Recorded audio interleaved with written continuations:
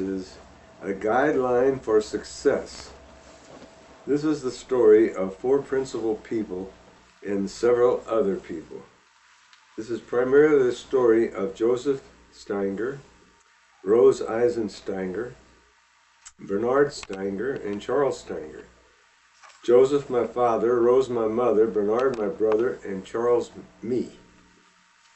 Joseph Steiger was born in 1896 in Bucharest, Romania. He had two sisters, Marie and Minnie. He also had an aunt, sister of his mother, whose name was also Rose.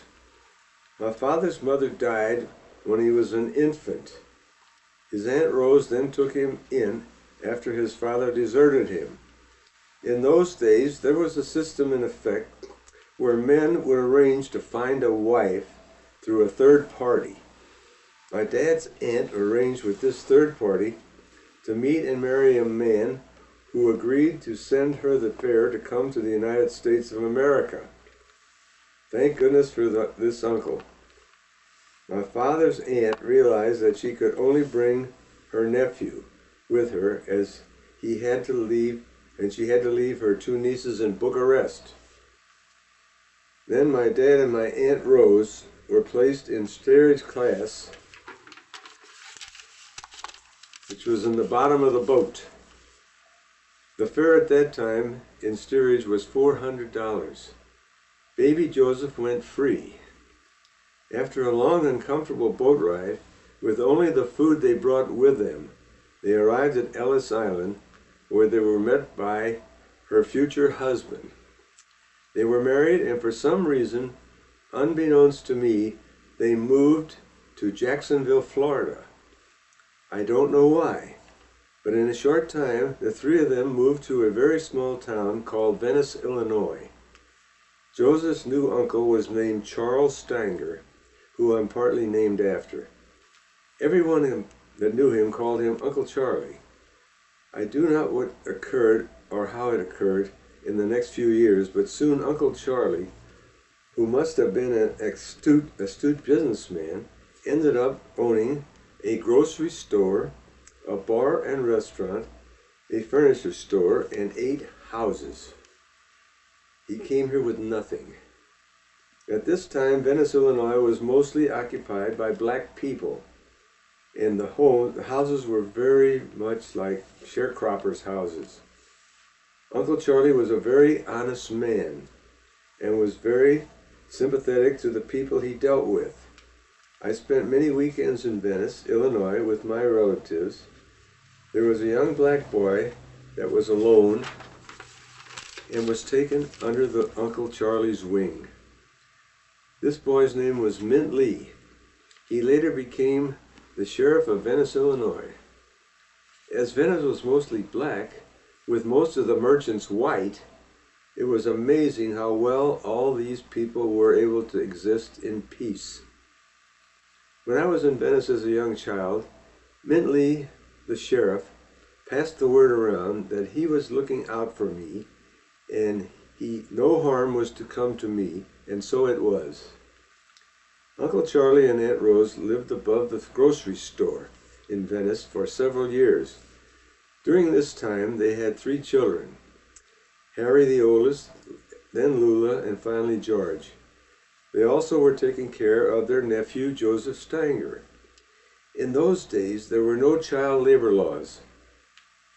There were too many people in the family, so to make ends meet, Joseph Steiger was in the 3rd grade and a good-sized boy. He quit school and went to work at 9 years of age at the Granite City Steel Company in Madison, Illinois. These were very difficult times, and everyone had to pitch in and carry his own weight. Joseph's job at the steel foundry was to raise the large iron door when the steel ingots were placed in the fiery furnace. When the steel was done, he again raised the door and the hot steel was removed. He had this job for several years, and at age 14 he enlisted in the U.S. Navy. After basic training, he was placed on a ship and traveled to many countries in the Middle East. After about 2 years, the Navy determined that he was underage and must be discharged and returned to his home in the USA. It was not as easy as it sounds because someone had to pay for his passage home. Uncle Charlie heard of the necessity and sent Joseph $400 that he had to pay the Navy so they would give him passage home. After returning home for a short while, he had the urge to keep on traveling, so he joined Barnum and Bailey Circus. He traveled overseas for 2 years with the circus. His job in the circus was to work with a sharpshooter, a rifle a man had, and my father would place an apple on his head, and the guy would shoot it off. My dad put the apple on his head, and he's lucky to be alive. The fellow would shoot it off. What a job that was. After visiting many countries around the world, he returned to his home in Venice. He was now 17 or 18 years old, and World War I was about to begin. He enlisted in the Army. After basic training, he was sent by the Army overseas to serve in France. After several years, he was released by the Army to his home. He decided to open an exclusive meat market in an exclusive area in St. Louis. There was a movie theater nearby, so along with the meat market, he opened a sweet shop, serving candy, popcorn, and ice cream.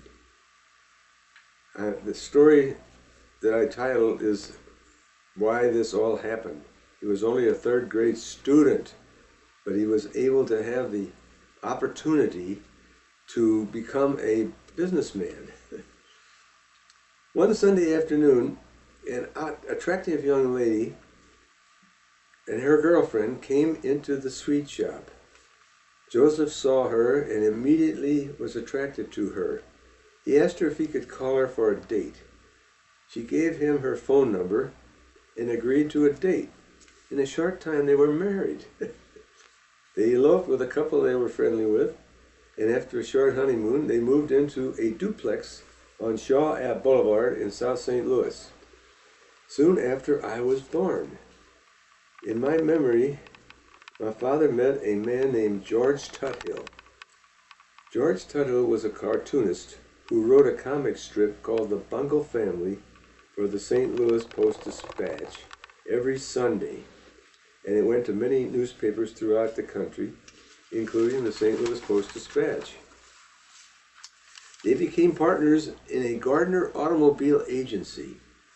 This is amazing because in those days the automobile was rather a new thing, and it was a very risky business at that time.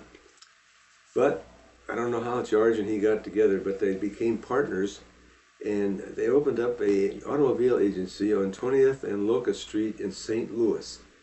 In those days, most automobile agencies were located on Locust Street in downtown St. Louis.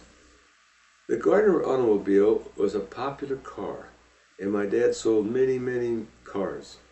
After maybe 10 years, Chevrolet division of General Motors purchased the Gardner Automobile Company and closed it down. Chevrolet offered my father and his partner George Tuthill the opportunity to own a Chevrolet agency in any place in St. Louis that was still available. They both foolishly refused the offer. My dad, who had never hesitated when he saw an opportunity, realized that from his previous experience financing cars that most car buyers use some type of financing. They didn't have the cash. So he decided to open a finance company at Grand and Gravois in St. Louis. He had taken me to that office every Saturday just to be with him. No one would believe the amount of business that company did. This next is true. He had a large safe in this office. In this safe were trays and trays of diamonds that were put up for collateral to insure these auto loans. During this period, he met and made a new friend. I do not know how they met. I wish I had the real details, but I have the skimpy parts. His name was Colonel Halsey Dunwoody. This family name is quite well known throughout the world, and the South especially around Atlanta, Georgia. There are some cities and many streets named for this family. Excuse me. Dunwoody. This family, since the American Revolution, every son has gone to West Point and then into the Army, and through times of war were very active in the service while in France. While in France, he met and married a very beautiful French girl. That's Colonel Dunwoody. I don't know that my father met him in France. I think he met him in St. Louis, but I don't have the evidence. He eventually brought her to the United States. How this family got to Webster Groves, Missouri, I don't know. They lived in a lovely home at 430 Gray Avenue, Webster Groves. I remember visiting this home many times, but especially at Christmas. On Christmas, the Dunwoodies had open house all day and late in, hold it, I'm getting a little melancholy, and late into the evening. I was impressed by the number of friends and acquaintances they had. The colonel and his wife had 3 children, 1 boy and 2 girls. The son went to West Point also, and later into the Army. I can only remember the name of one of his daughters. Her name was Bizette, a French name, which was quite cute. During World War II, the colonel was made Secretary of Defense Transportation.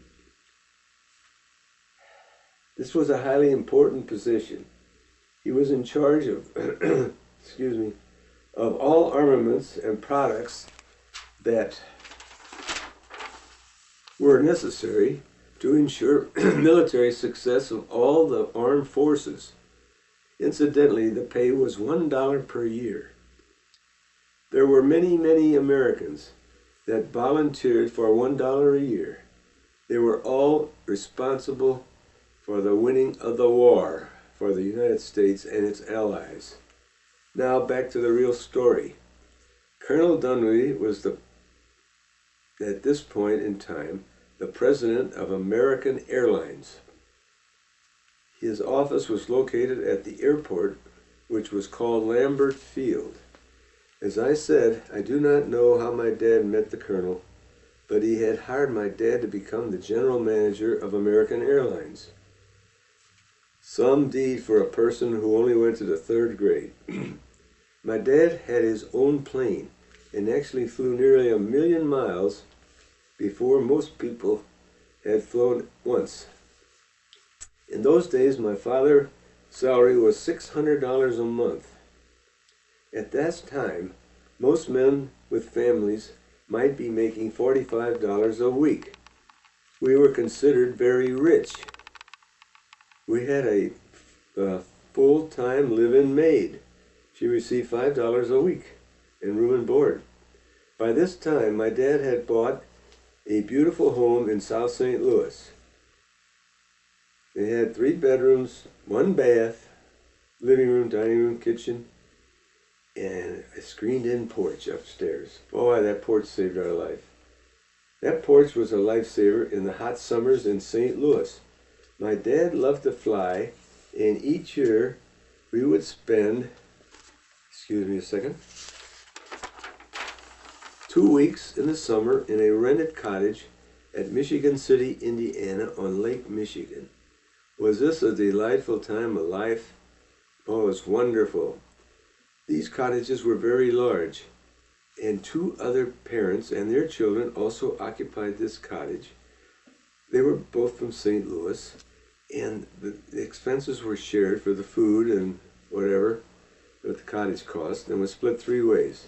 Nobody will believe this, but my father loved to fly so much, he would hire one of his employees, to drive my mother and my brother up to Michigan City in the cottage, and he would fly in to meet us.